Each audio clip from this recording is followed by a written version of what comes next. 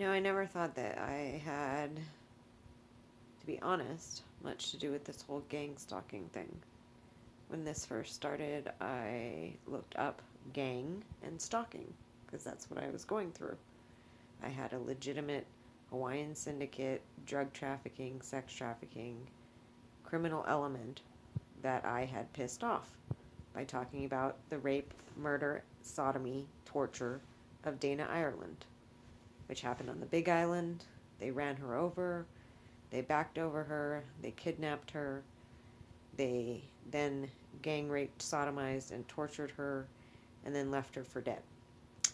And except for she didn't die, and she was found, and by a woman that I believe happened to be a nurse. And she called 911, and about 5 people, including the police, stood there with her for, I believe it was 3 hours, before EMS finally showed up and took her. By then, after 3 hours of a cracked skull, brain matter coming out, she died. I'm guessing the police let them know that she was close to death and that they could come. It was purposeful. And the family won a suit against the city for the delay. A couple $100,000.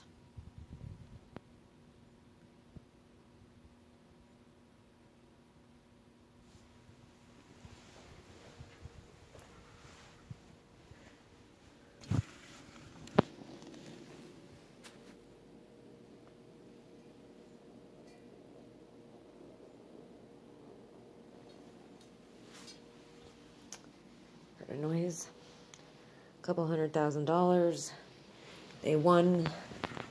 But was never discussed or really explored in the local paper was the fact that I believed, because of the way that that felt, and the fact that it looked like to me that the emergency services were purposely delayed.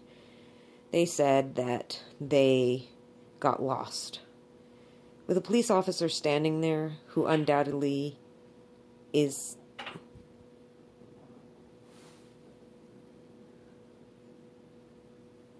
You hear that?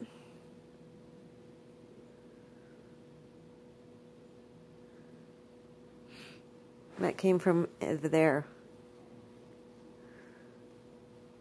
I just looked outside. I didn't see anybody. I bet you anything that's her up in the attic dropping things through the wall.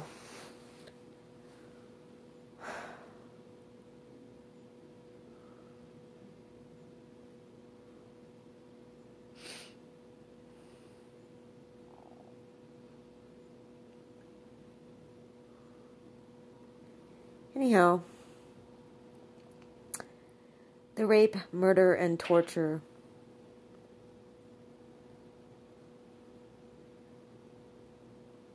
you hear that? See, she's dropping things through the wall.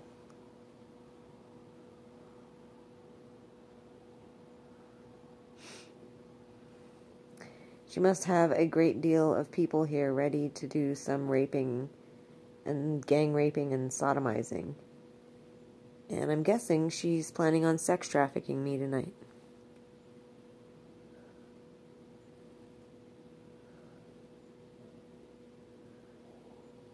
So, the rape, murder of Dana Ireland.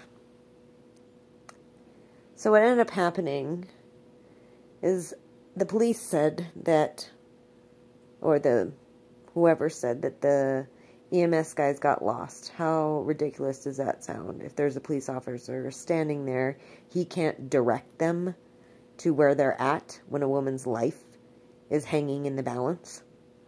Are you kidding me? Like the cops don't know the Big Island, that 5 other people could happen to be there, but nobody else can find it? Didn't make sense to me. But the case got even more obviously connected to the Hawaiian Syndicate / sovereignty when 7 years later a man came forward to say that he knew of 3 people involved in the rape and sodomy and torture and murder of Dana Ireland. He was a sex offender who most likely brokered a deal in order to get better time. Who cares? He told the truth. 3 men got arrested. They got tried. One of them blatantly described the crime in grotesque detail. And 3 got convicted. 1 walked because he turned state's evidence, apparently, if I remember correctly.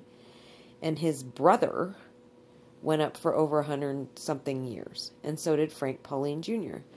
It was the Schwartz brothers. Ian Schwartz and whatever. So they went to prison.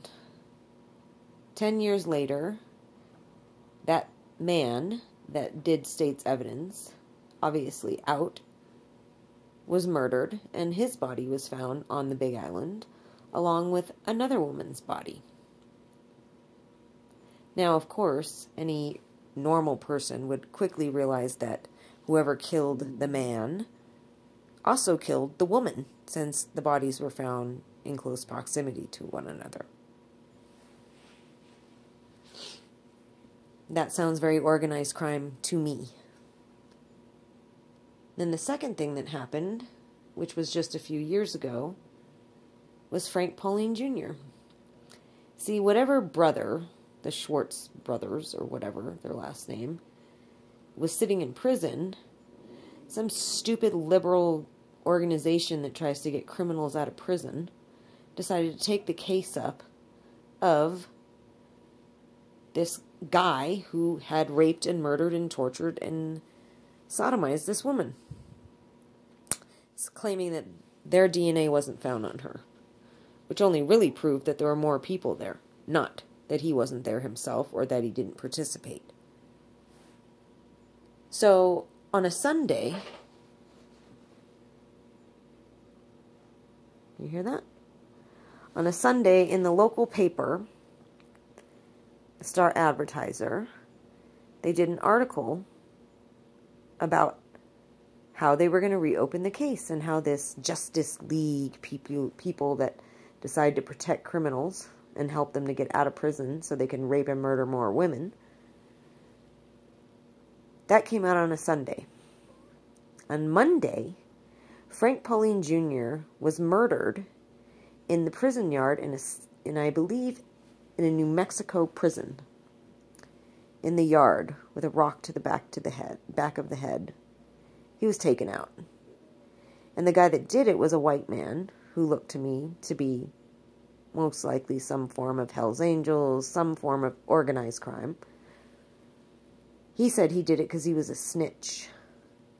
I'm guessing they were worried at that point that maybe Frank Pauline Jr. felt like spending 25 plus years in prison for a crime that, yes, he participated in, but if he flipped and talked, he could probably get out of prison, or possibly at least not spend the rest of his life in prison.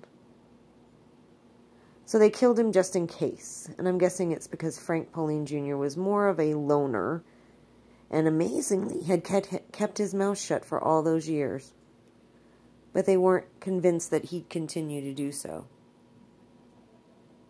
It's way too much of a coincidence that he would suddenly be murdered in a hit in a prison very, very far away from Hawaii, the day after they want to reopen that case. And apparently the brother of the person that the lawyers were going to represent said something to the local paper after Frank Pauline Jr. was murdered.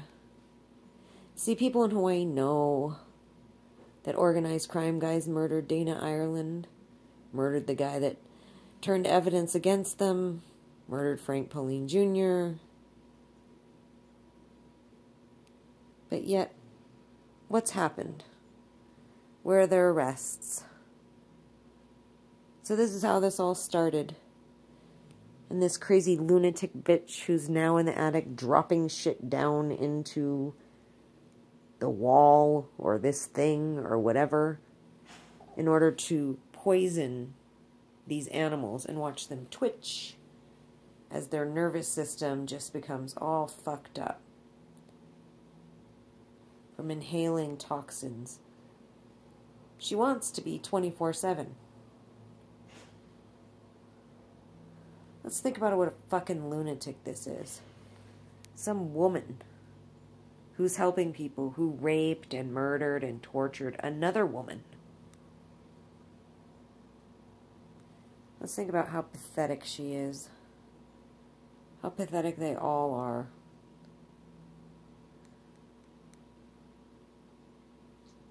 I wonder how many people they have at this hotel right now, this motel, waiting to rape and sodomize an unconscious woman that's like in a coma. I've heard her do more hair cutting. She cut so much hair off last night that, I mean, I literally am running through my hair and I'm like, where is my hair? Can you tell from my previous videos? And especially because it was parting down the middle today. She likes to do that. My skin getting all pockmarked. I've literally never had that happen to me in my entire life. She really wants to make it look as ugly as possible. She hates the fact that I can cut my hair myself twice, that's it, and it not look half bad. But she did so much hair cutting. I mean, it's shorter here. There's a whole bunch of missing from over here. I mean, it feels like just there's barely any over here at this point. She took off a bunch from back here. This is lunacy. So when this started 12 years ago, I looked up gang and stalking, because that's what was happening. I had a gang that was stalking me. And I really didn't see the similarities to what these people were going through. But as this has developed, and of course as it's become this lunacy of the raping and the sodomizing, and that's a lot of noise coming from that corner, don't you think? Don't you think that's a lot of noise coming from that corner? It's always amazing how many people on the other side of the walls to me are always making so much fucking noise, moving furniture, messing with the electrical stuff. It's like, who does that when they go into a hotel? But I already heard her crawling around up there. I heard her there, and then I heard her go clearly into the bathroom, and then the bathroom was just like, breathe in, burning nostril. But I can tell it's dense and thick in the air already, because guess what's burning? The cut she left on my finger. You see how deep that is?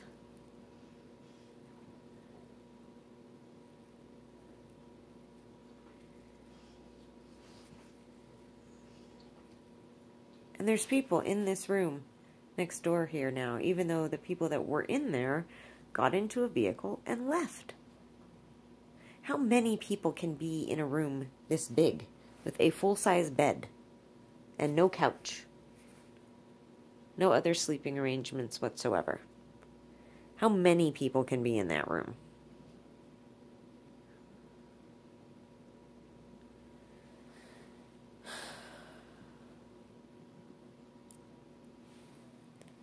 What can be done? I got a comment and it said something about the phones, and the phones are doing this. No, I'm telling you, it's real people doing this. It's real people up in a fucking ceiling right now doing this. Seriously. Like, no shitting you. And I don't know what the fuck this shit is. I don't know what kind of drug this is. I don't know what kind of chemical this is. I have no fucking idea. What I do know is that every single room I've been in since this started, which was 2 years ago, has just been inundated with this shit. I don't think this shit comes out. I don't think they can easily remove it.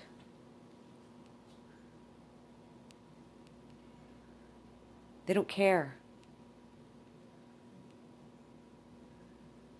They thought I was going to stay here last night, and I didn't. So they already had their preparations for tonight. They had already checked this place out, and it is horribly set up for me. Anyhow, this is gang stalking. And the government knows exactly what's going on. There's no way they can't. This is the 9th state that I've been raped, sodomized, and tortured in by people who are involved in organized crime. There's no fucking way they could do that much with that many people involved, be that blatant, and do all that shit, and they not know.